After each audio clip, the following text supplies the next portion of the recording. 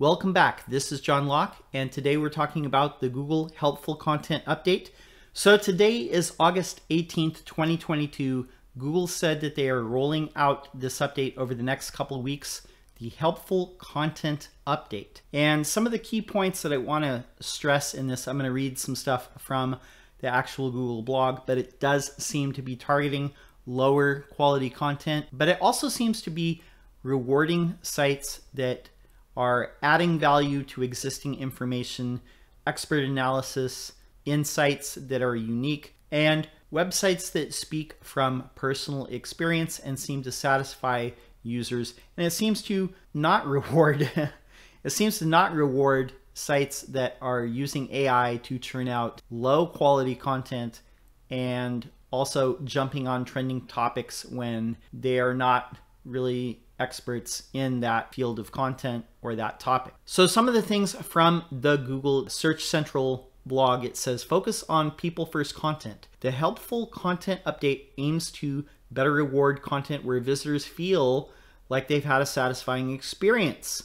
And when content doesn't meet a visitor's expectations, then that content will not perform as well. So it gives some questions here where it says, if you answer yes to these things, then you're on the right track. So do you have an existing or intended audience for your business or site that would find the content useful that came directly to you? If they came directly to you, would they find this useful? Does your content clearly demonstrate firsthand expertise and a depth of knowledge? For example, expertise that comes from having actually used a product or service or visiting a place, and that might be targeting affiliate sites.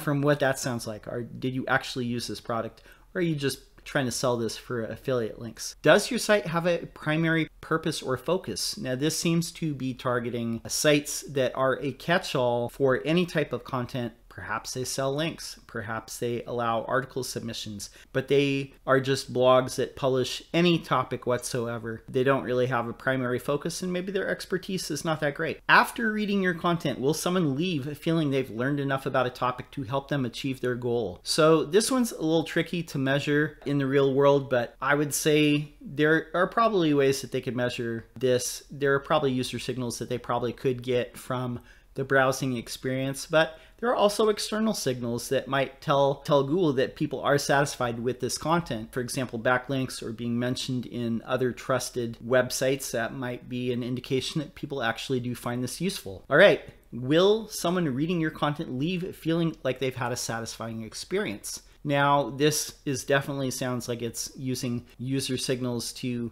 gauge whether human visitors are satisfied with the page or not. Again, Google really wants to reward the best websites and best web pages, but it goes on to say some other things. Avoid creating content for search engines first. It says it's helpful when you write for people first and not search engines first, but content that's primarily made for search engine traffic, maybe it's just stuffed with keywords and not actually helpful. It's strongly correlated with content that searchers find unsatisfying. Now, how do you avoid taking a search engine first approach? So answering yes to these questions means you're on the right track, according to the Google Search Central blog. Is the content primarily to attract people from search engines rather than made for humans? So if this is just geared toward getting search traffic and not actually helpful to people, it might not do so good over time. Are you producing lots of content on different topics of hopes that it might perform well in search results? So again, speaking to, it doesn't have one primary focus. Your site is all over the place. It's just a general catch-all of content. Are you using extensive automation to produce content on many topics? Again, we talked about this, using AI to churn out content and it's not really high quality. Or maybe it's on a bunch of different topics and you're not really, there's no way that a person could be an expert on all these different things, or it might be a sign this blog is not really focused on one primary topic and maybe we shouldn't trust it as much. Maybe it's a content farm. Maybe you're selling articles or links or something. Who knows? Are you mainly summarizing what other people have had to say without adding much value? So Google's talked about this in the past, where if you are adding your own insight, your own expert analysis, maybe you conducted your own research on a topic, then perhaps that should be elevated in the search results because you're adding a new spin and not just regurgitating information that's already been out there and 10,000 other people have already said the same thing. Are you writing about things simply because they seem to be trending and not because you write about them otherwise for your existing audience? So this is a really good one. Some people do try and mention things or write about things that are trending in the moment, in the ephemeral. That's the only reason why they're writing about them. It's not really anything to do with the actual expertise of the author or the site. Here's an interesting one. Does your content leave readers feeling like they need to search again for better information from other sources? Now, pogo sticking is when people do a search, they land on your site, they click on your link in organic search, and then they go back to the search results because your article was not that satisfying. What they're pretty much confirming here that might actually have an effect on your rankings. So I would imagine though this would have to be done at scale over time.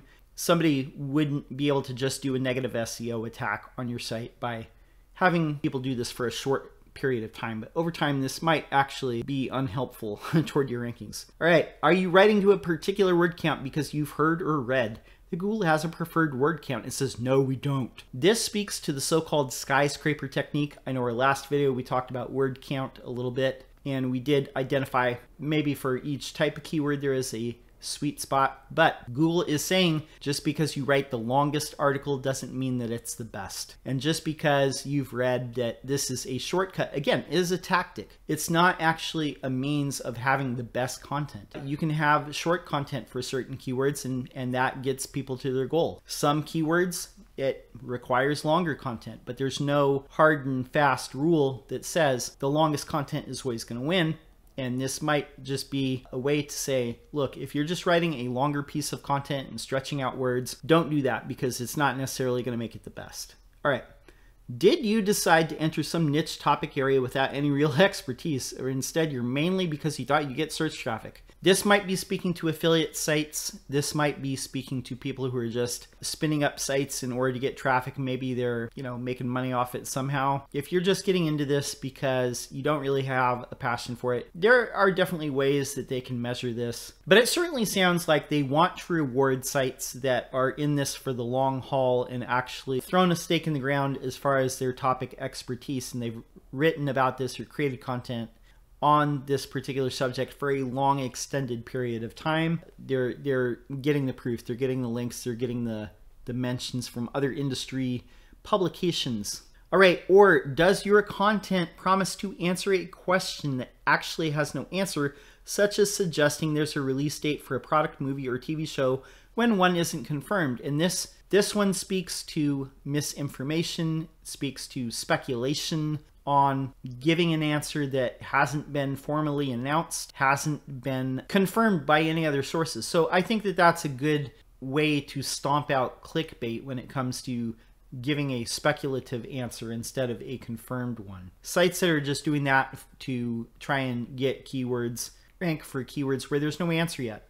Again, another very important thing that this update, the helpful content update, is talking about is this is by machine learning. This is not a manual action. There is not the people at the web spam team seeking out site by site. There's just so many sites out there in the world. Nowadays, the internet is so vast. So this has to be through machine learning.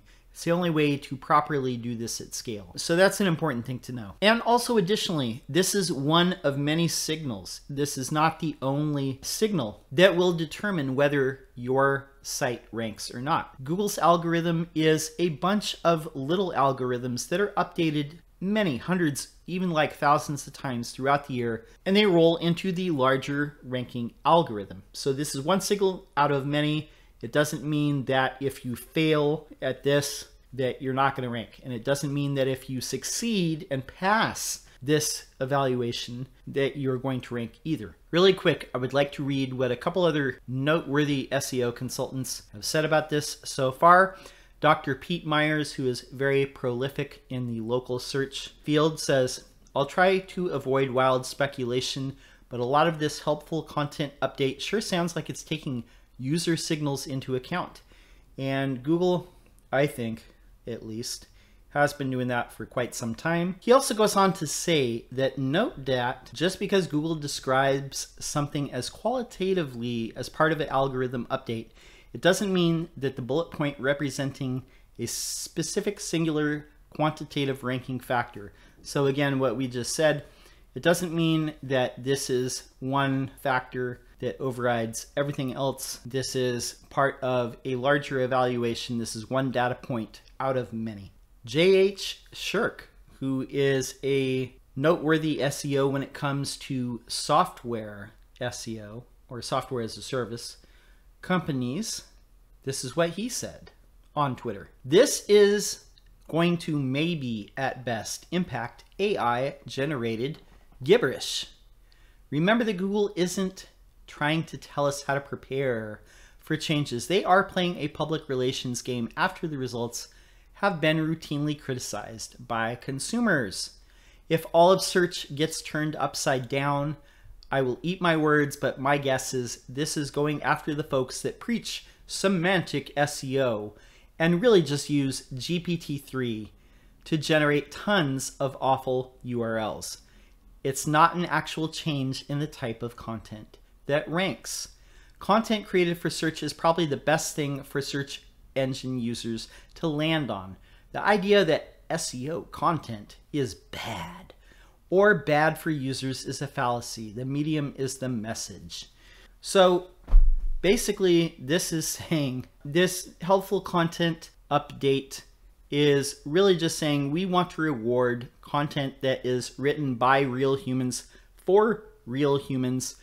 We don't want to reward clickbait or AI generated garbage or content farms or article submission sites or sites that have no real focus and they're just taking whatever and publishing it. We want to reward sites that focus on a certain topic, one specific topic, hone in and craft a long-standing reputation for excellence in this content as much as possible. This is what we want to reward. And this is what they've been saying for many, many years. They're just saying it a different way. They're just announcing basically that they have machine learning systems in place that will help surface the good content and slowly, gradually sift all the crappy content down to the bottom. That's basically what this is. All right.